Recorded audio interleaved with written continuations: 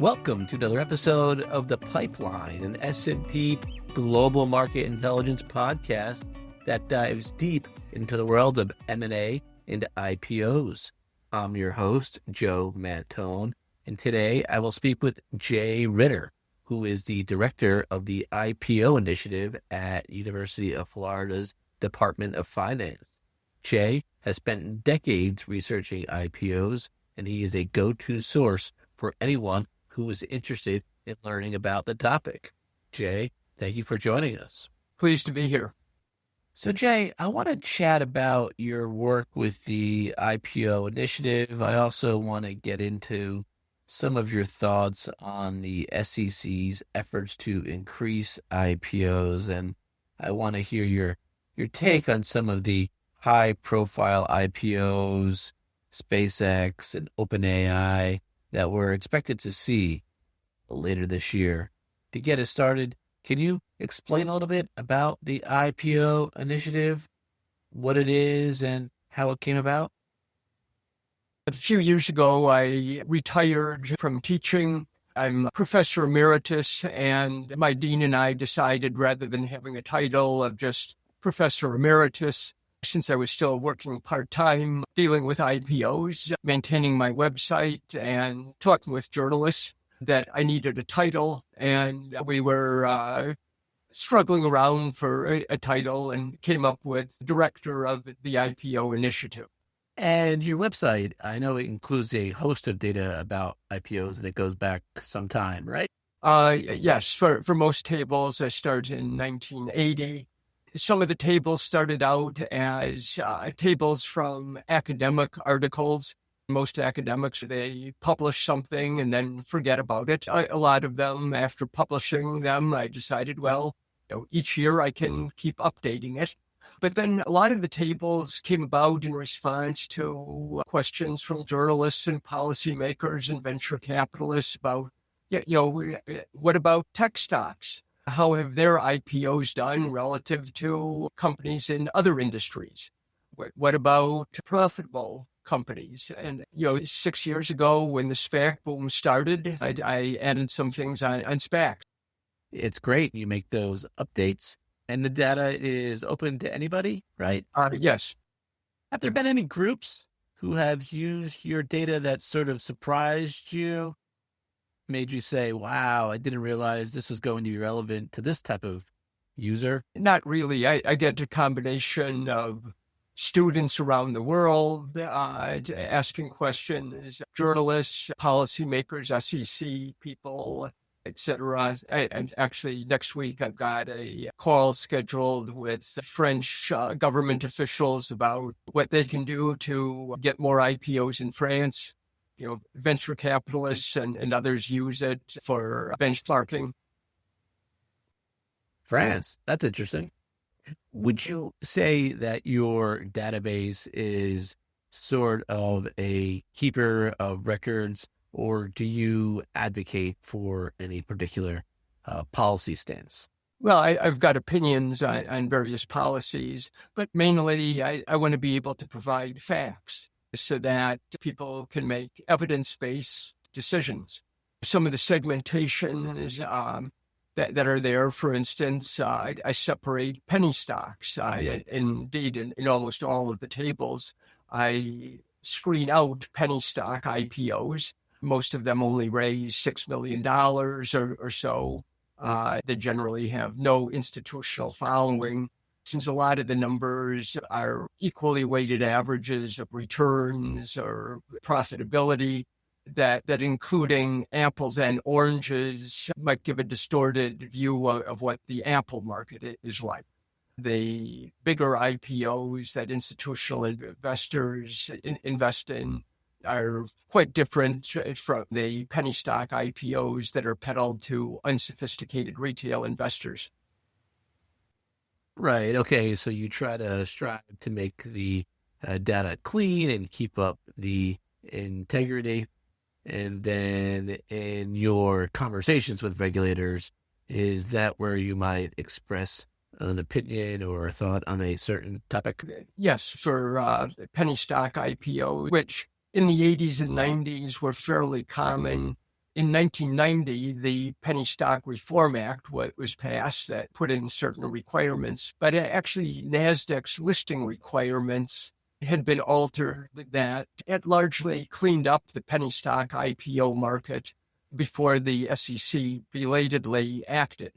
And then from 2000 until about 3 years ago, there were only a couple of penny stock IPOs per year on average. But then the last 2 years, there had been a huge surge in them. Many of them little companies from China and Hong Kong, and but most of them have plummeted in price. And because there were a lot of them the last couple of years, it then became a policy issue. And in September, NASDAQ proposed changing their listing requirements to, which has since been implemented, to now require a minimum of $15 million of proceeds and $25 million for companies from China and Hong Kong. And this has almost completely eliminated the penny stock IPOs this year. So were you influential in that change? Probably not. I provided evidence on my website about just how poorly the long-run returns have been. I actually had contacted some officials about the problems with these penny stock IPOs, but I'm sure that it was on their radar screen even before I explicitly said, you got to do something about these. Gotcha. Understood. Okay. And then here in the U.S., the SEC has made some efforts for years, including the current chair, Paul Atkins, on trying to entice more companies to go public. What are your thoughts on these efforts? I think some of the efforts are desirable. The 2012 Jobs Act had a number of provisions in them. Some of the provisions were aimed at trying to make it easier to go public. But the Jobs Act also had some provisions that made it easier for crowdfunding, made it easier for some aspects of private markets. And on net, the improvements in private markets largely offset the improvements in public markets that were set up in the Jobs Act. I actually testified before the Senate subcommittee that was working on the Jobs Act and said that a lot of the provisions I didn't think were going to have much effect on IPO activity. And with the benefit of 14 years of evidence, I have not changed my opinion along those lines. But there would probably be fewer IPOs if some of the provisions hadn't been implemented, in particular, testing the waters that allow companies that are in the process of going public to discuss with institutional investors about willingness to pay even before the roadshow starts. It was a good idea. The confidential filings have been very popular with companies, the ability to file with the SEC and not disclose information to competitors or the public until shortly before an IPO, if the company decides to go ahead, has been very popular. These provisions were originally restricted to so-called emerging growth companies, companies where the main feature is less than $1 billion of annual revenue, but has since been extended to all companies. These have been popular and encouraged some companies to go public. But overall, I think a lot of these regulatory changes, while desirable, have had fairly minimal effects on IPO activity because the main issues for a given company deciding to go public or not have been determined by some other bigger picture issues outside of the control of regulators. Chairman Atkins has argued that the SEC has lost its focus on economic materiality being its guiding light. In your data, do you see any correlation between the increase in disclosure requirements and the decline in public listing? It's hard to really get to cause and effect there because A lot of these changes have been gradual. For instance, in 1980, when Apple Computer, as it was called then, went public, the prospectus was 47 pages long. There was no risk factors section. Now it's very common for a major company going public to have a prospectus well over 200 pages in length, with a 50-page risk factor section, of which 45 pages are things like interest rates might go up, oil prices might go up, the sky might fall. Stuff has nothing specific to do with that company. Makes it harder for investors to read the prospectus and zero in on what's important about this company without spending hours looking at irrelevant stuff. Now, it's not at all clear that the SEC is requiring these really long risk factor sections. A lot of it is kind of lawyer-proofing it to deal with potential lawsuits from plaintiff attorneys who are going to argue if the stock price goes down. Well, one of the reasons your stock price went down is because oil prices went up and you didn't disclose to investors that oil prices might go up. So what tends to happen is with each additional IPO, all of the risk factors that were contained in other prospectuses are included, plus a new one that might be specific to this company. And so the risk factor section just keeps getting longer and longer, not because of SEC requirements, but just because companies and their attorneys say, look, the cost of adding this isn't all that high. We can cut and paste from a previous prospectus and might help us in a future lawsuit by being able to say, yeah, we warned you about the fact that oil prices might go up. Litigation concerns are something that Chairman Atkins cites as a reason for companies not going public. He has backed the idea of mandatory arbitration, which would require parties to resolve disputes through a private arbitrator rather than go through the court system. Mandatory arbitration almost always favors companies rather than investors. If this became the norm for IPOs, what would happen to valuations? I know there's concern out there that it could lower valuations because investors would have less recourse. What are your thoughts on the topic? First of all, the SEC proposal is to permit companies, if the company wants to have arbitration as an alternative to class action lawsuits. And as you just pointed out, it's not at all clear that companies going public will implement this option. If there's potential fraud and investors are concerned about the possibility of potential fraud, making it easier to collect to deter that fraud might make investors more willing to invest and pay a higher price.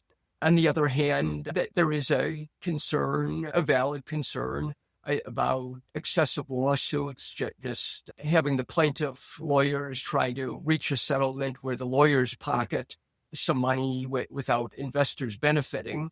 And where does that money come from? Well, it comes from the company pockets, either directly or through directors and officers and insurance, which would lower the value of shares to the degree that potential investors are thinking, well, one of the costs as a public company is the insurance costs or lawsuit costs for nuisance lawsuits. Or even if there is valid reason where the company was engaged in fraud, where does that money come from? Does it come out of one pocket to go into the other pocket, with lawyers taking something out in between? That's not enhancing company value. And to the degree that the executives who are perpetrating a fraud are being penalized directly, it's not clear how much of the deterrence effect works. If it's innocent shareholders that are, in the end, paying for these lawsuits, the executives only to the degree that their shareholders are paying. Maybe it's more appropriate for the executives to pay directly. On the other hand, you don't want things to be too punitive in that it deters people from becoming executives or, for that matter, directors of a company if they didn't have D&O insurance. Right. Yeah. So a lot to think about there. If you were advising Chairman Atkins, what would you suggest as a way to sort of help increase the number of public companies? There's no magic bullet. Life is full of trade-offs. The U.S. has well-functioning capital markets, not perfectly functioning capital markets that are the envy of the world. Not only well-functioning capital markets, but in particular, the creation of valuable, profitable tech companies is the envy of the world. But the U.S. doesn't get things perfectly, and designing the right rules for shareholder protection, for that matter, for bankruptcy situations, involves various trade-offs where it's hard to get the details right. And also, the right mechanisms can change over time. For instance, as technology changes, what may have been optimal in 1933 and 1934, when the U.S. Securities and Exchange Commission started, might not be optimal now. And some of the requirements, some of the regulations that have been there in the past should probably be changed over time. For instance, one of the issues that has been discussed is quarterly reporting. The U.S. did not always have quarterly reporting by publicly traded companies. Before the 1950s, quarterly reporting, even semi-annual reporting, was not mandatory. Then in the 1950s, semi-annual, every 6 months, became mandatory. And then it was only in the 1970s that quarterly reporting became mandatory. In some other countries around the world, quarterly reporting is not mandatory. It might be the case that for some companies, quarterly reporting is desirable. For other companies, maybe not so much the case. And having one-size-fits-all regulation might not be the best way to do it. So you would be an advocate for giving companies the option to report quarterly or not? Possibly. My suspicion is for most large companies, even if they had the option of not doing quarterly reporting, they would continue to do quarterly reporting. Investors might be willing to apply a discount to companies that weren't reporting as frequently. For that matter, companies can and do put out 8Ks with material information in between quarterly earnings announcements. And companies should be putting out information about material events rather than waiting to quarterly reporting, annual reporting. Yes, I think we saw that with the Jobs Act, right?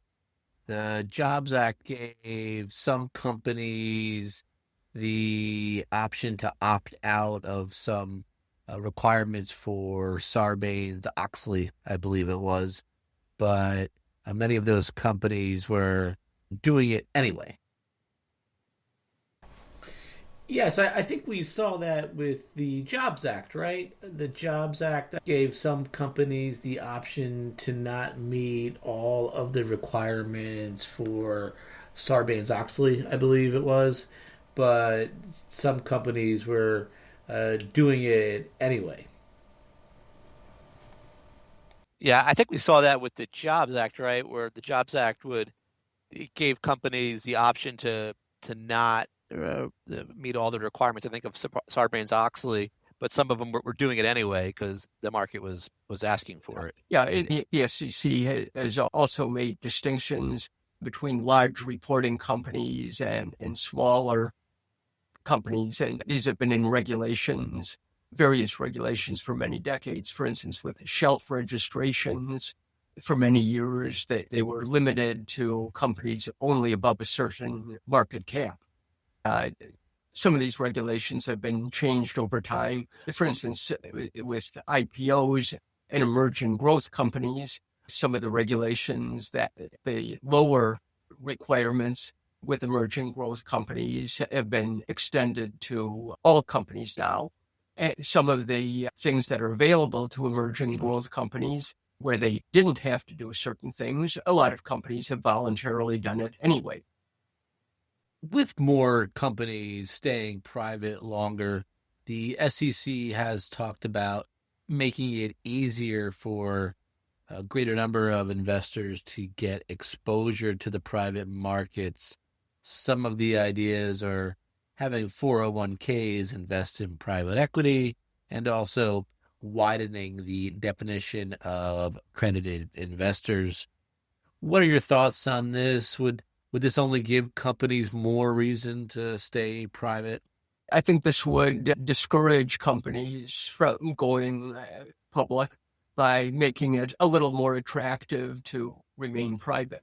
In general, I am not a fan of allowing individuals to put retirement account money into private credit, private equity, these opaque asset classes. And the main reason is the following. I don't think there's a free lunch sitting there that only wealthy individuals and institutional investors are permitted to access. In the United States, capital markets work pretty well. If there's an asset class that's offering high risk-adjusted returns, money flows into that asset class until the risk-adjusted returns come down to competitive levels. And I think we've seen that with private equity and private credit and venture capital, where so much money has flowed in that it's not at all clear to me that the limited partners are going to be earning expected returns any higher than they can get in publicly traded securities. It's not as if there's a higher expected return sitting there that individual investors are missing out on. For any 5-year period, 1-year period, 10-year period, a given asset class might outperform or underperform, but on a point-forward basis, I see no reason to think that limited partners in venture capital funds or private equity funds are going to be getting higher risk-adjusted returns than will be available in public markets. Okay, speaking of returns, I wanted to ask you a bit about your research and some current market dynamics. Your research has shown that large cap IPOs often underperform the S&P 500 in the early years as a publicly traded company. There are a few potential high-profile IPOs of large companies being discussed this year. SpaceX and OpenAI are two of them that have really high valuations on the private market.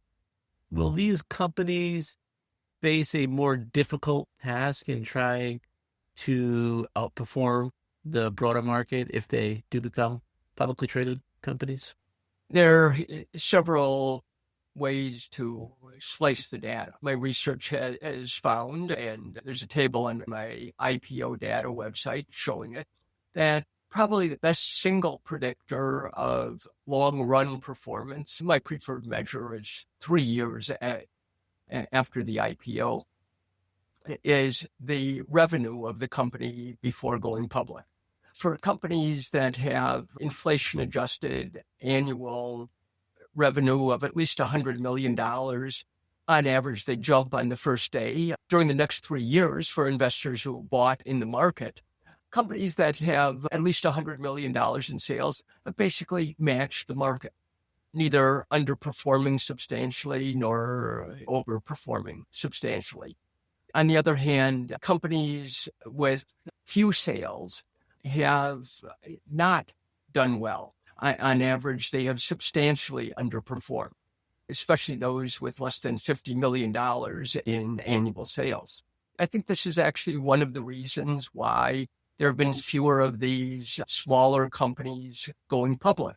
Institutional investors have said, look, with all the venture capital money available, why are you rushing to go public? It's hard for small companies to compete against the big boys. To the degree that SpaceX, Anthropic, OpenAI, they've already got tens of billions of dollars of sales. They're clearly in this $100 million and up category. If you use $1 billion of revenue as the cutoff, the $1 billion companies on average have done well also by matching the market. On the other hand, companies with really high price to sales ratios have not done as well. And that's where I've got concern about SpaceX, OpenAI, Anthropic. SpaceX, including XAI and X, used to be known as Twitter, Starlink and their rocket launches, probably has annual revenue right now of about $30 billion. If they go public at a 1.5 trillion valuation, that's a price to sales ratio of 50. And historically, there haven't been all that many companies with revenue of at least $100 million and a price to sales ratio of over 40 that have gone public. But on average, they have then underperformed. When you're going public at such a high valuation ratio, the company has to grow its revenue and grow profits, whether it's profitable now or not, to justify that valuation. And basically, everything has to go right.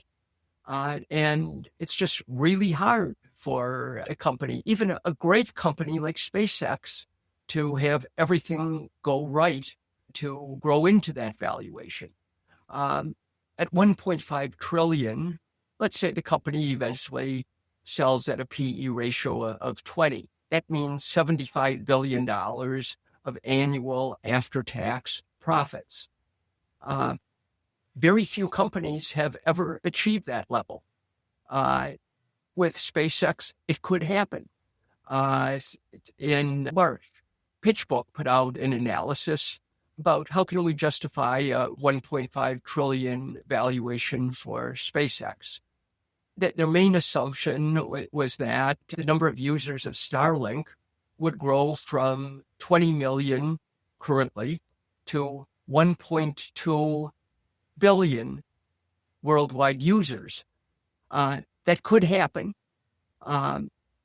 Areas around the world relying on the internet access through satellites rather than fiber optic, especially if you're in a low density population area, rather than having somebody lay a long fiber optic line to your house, just using a satellite makes total sense. And Starlink has great technology. And SpaceX lowers launch costs with Starship sometime in the next couple of years. It's very possible that the launch costs per kilogram put into space are going to come down a lot. They'll be able to lower the cost to users of Starlink. It's quite possible that it's going to be an enormous market with very big gross margins. But, stuff happens. The possibility that things don't work out according to plan is definitely there. For all of the companies with significant revenue that have gone public with really high price to sales ratios, there's always been a great story for why they can potentially make really big future profits. And sometimes it happens. It happened with Zoom Video Communications when they went public in 2019. They actually went public at a price to sales ratio of about 20. But then COVID hit, that they got lucky and demand for their products took off. But all sorts of other companies that have gone public at really high price to sales ratios just haven't been able to execute.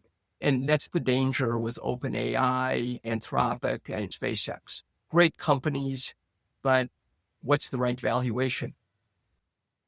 So do you have any concern that if we see a lot of these companies go public at high valuations that we might be returning to the speculative deals that we saw during the dot-com boom?